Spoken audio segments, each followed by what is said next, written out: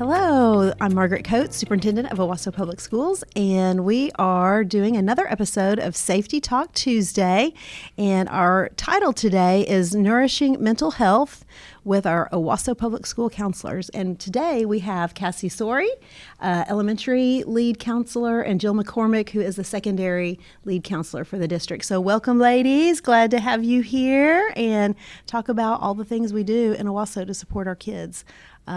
And so I know I've got lots of questions, and I know we've got plenty of time. So just maybe in your own words, what is, and this is going to be a big, this is probably a big answer, is what does your job look like? We'll just start with you, Cassie. So elementary counselor, like what's the role of an elementary counselor? Every day it's different. Yeah. We do guidance lessons at the elementary level. We do crisis intervention, sometimes small groups, meetings with parents. We do IEP meetings and 504s and 504 meetings. I do a lot with our therapy dog, Luna. Yes. Yeah, we'll get to that here in a second. So it's just different day to day. There is no cookie cutter schedule. You know, it's just as needed for kids. So what about you at the secondary level?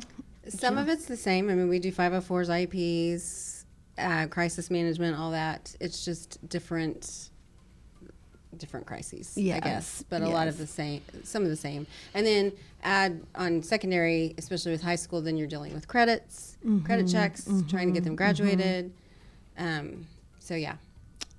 It's a big job, all-encompassing job. So what would you say is the hardest part about being an elementary counselor? That's a hard question. Yeah. Or most challenging, maybe. Not enough time to do all the things Not you want to do. enough time, obviously, yes. Yeah. Sometimes I would say behavior can be tricky, de-escalating a kid so that they can talk about what's wrong or what happened. Yeah. Yeah. And we're seeing more and more of that now. Yeah. What about the secondary level? Yeah, a lot of time is a lot. And then a lot of multitasking. So you might be in the middle of doing credit checks and, 504 or something, and then there's a crisis that comes in. So you just kind of have to go with whatever happens that day. So you both have mentioned crisis. Just talk a little bit about what type of crisis maybe you see more regularly, or just some examples of some situations maybe that you would consider crisis situations that people may not know that's going on inside So at the elementary. Elementary, it might be parents are divorcing, or there's a struggle there. It may be a car wreck, or it may be some kind of trauma within their family, death of a parent or somebody that's close. We have students in foster care in our building, and so sometimes it's transitions and it's a new place. So usually it's those kinds of crises, or they're mad. Behavior can be kind of a crisis, and it feels big. Yeah. So. Yep. What about? Yeah, some of that, and then sometimes they're having a panic attack, and we've got to kind of breathe through that and figure that out, or just anxiety and depression. A lot of that, bullying occasionally at some of the levels. Just working through emotions and difficult situations. Like at RAM, some of our kids are self-support, so they're taking care of themselves. So self-support. Explain what that means in case somebody may not know. So they might be living with a family. Doesn't mean that they're homeless, but they're taking care of themselves. They're basically their breadwinner. So we have resources for them, and for whatever reason, they're not necessarily usually with a parent. So they're having to have to have a job so they can pay for food and clothing and shelter and car and gas and get themselves to school. Yeah. That's hard. That is. So some of it's just heartbreaking. Some of the stuff we see. Yeah. So I know bullying has been one of those things, that people talk about and think maybe think that it's happening more than it is, or maybe it is happening more than what we know. But talk through like the process. If a student comes in and says so-and-so is picking on me, or I'm being bullied, like how do we differentiate bullying from just like regular student conflict? That's a good question. I know for elementary, especially in my building, we've tried to define what that means. And for every class that I've been in, we've talked about, this is the definition. It's on purpose. It's over and over, those kinds of things. And so when students come in or a parent reports, we immediately begin investigating. We start pulling kids. What happened? Tell me what happened. What does that look like? What was said? When did this start? So usually through those interviews, we learn a lot about it's not one-sided. That there definitely, it may be a conflict, but there definitely is a difference between conflict and bullying. So just trying to kind of manage that. But, sometimes we do contact parents and just say, this is what's going on, and this is what we'd like to do to fix it. We try to do a lot of restorative conversations with students to try to mend a relationship that is having a struggle or conflict. When it is bullying, I mean, it does happen. It does happen. There are reports to fill out and things like that. So, but we haven't had to do many of those. Yeah. I feel really good about the way that we handle that. I know that every time any type of conflict is reported, whether it's bullying or just regular conflict, I know our school sides do a really good job of working through that and investigating and trying to get to the root of the situation and hopefully, like you said, restorative relationship guidance, because just saying don't do that anymore and then letting them go, like that doesn't work a lot of times. You have to get to the root of the problem. So when kids are in crisis or when they're feeling stressed or when they come to school and they're having anxiety and panic attacks, that sort of thing, we are trying a new thing this year in Owasso, and we are trying our therapy dog program. And both of your sites, Barnes Elementary and Ram Academy, have been the first in the district to implement the program, and so you each have therapy dogs. So do you want to kind of introduce your therapy dogs? Sure. And maybe Brock will, as you're talking about about our sweet puppies, he'll run some pictures so people can see. This is Luna, and Luna started with us at the beginning of the school year. She belongs to our librarian, Mrs. Bunn, and so she and I joke that we co-parent. Luna spends part of her day with me and part of her day with. Does Luna ever go home with you, or Luna goes home every day with Mrs. Bunn? Yep. Okay. So she's with one of us, or sometimes she's with Miss Z. Just depends on kind of what's going on.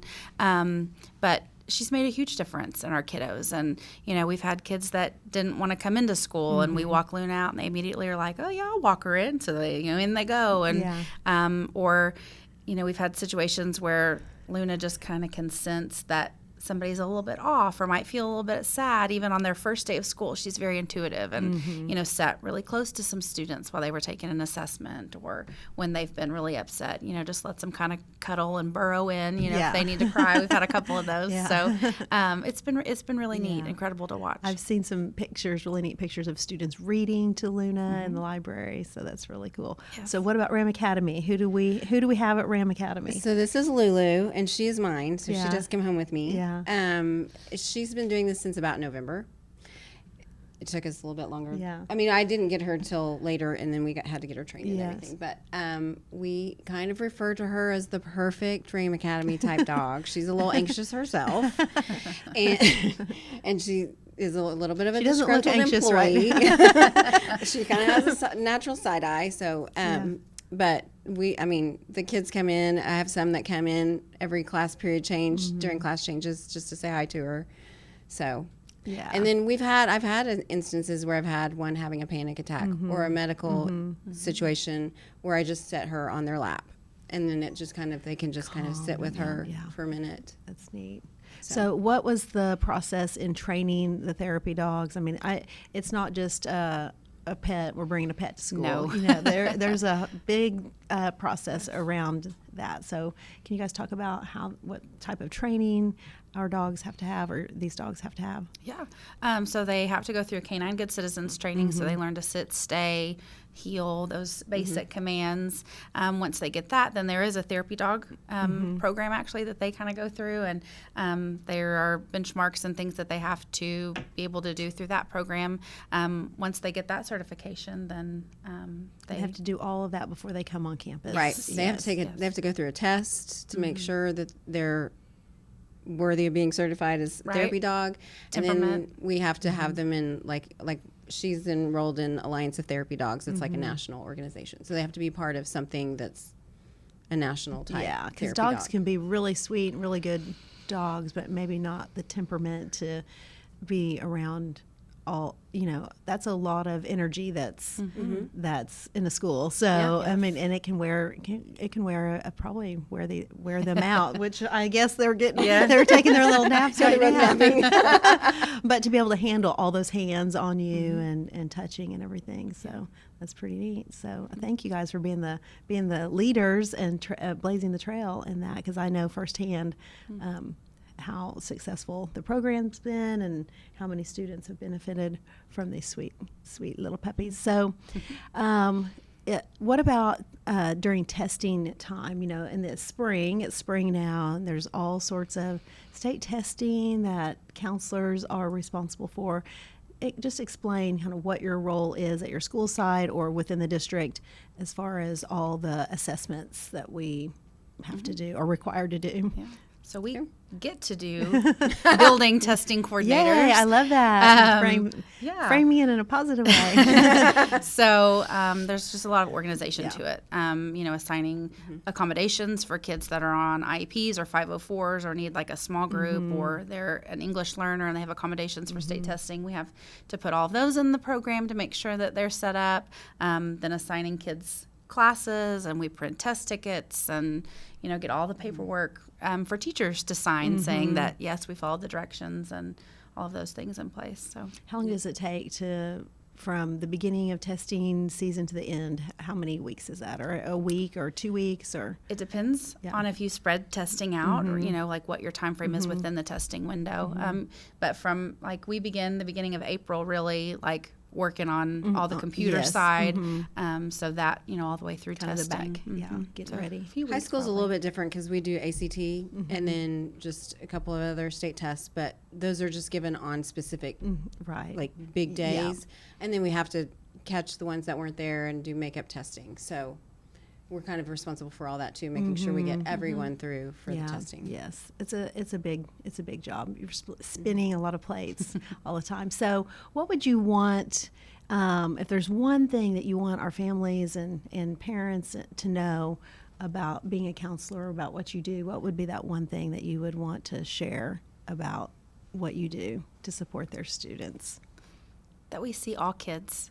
Sometimes if I run into somebody in the community and the kids are like, "Oh, Mrs. Sory," and they come up and hug, and the parents kind of look at you like, "Who are you?" Yeah. And so I'm like, "Oh, I'm a counselor," and they're like, "You know my kid?" Yeah. And there's just kind of I guess I want parents to know that we don't see bad kids or good kids. We see all kids. All the kids are mine. Yes, so don't worry. And I'm in and out of classrooms and doing all kinds of things. So You're kind of like the PE teacher. The PE teacher or music teacher knows all kids in the school. Yes. Yes. Yeah. What about you? Yeah, and I think we're kind of the central hub thing of if they need more than what we do, we can resource out. If they need outside counseling, and we have our Creoaks counselors that come in, or if they need, to be assessed for something bigger, we can give them those resources.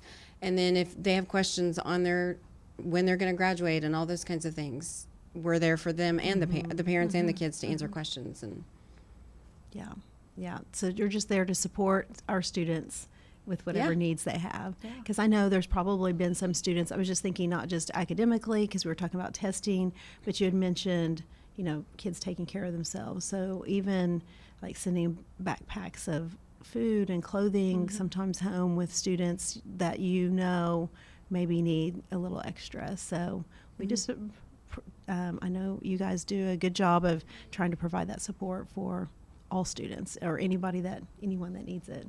So anything you want to add before we wrap up here? Anything else that you guys want to talk about?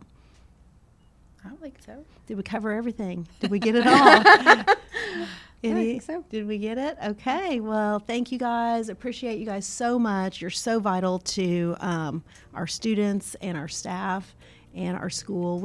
Our students would not be successful academically without your support. So thank you. Thank you very much for all that you do. Thanks for having us. Yeah. So this concludes this episode of Safety Talk Tuesday, and we'll catch you next time.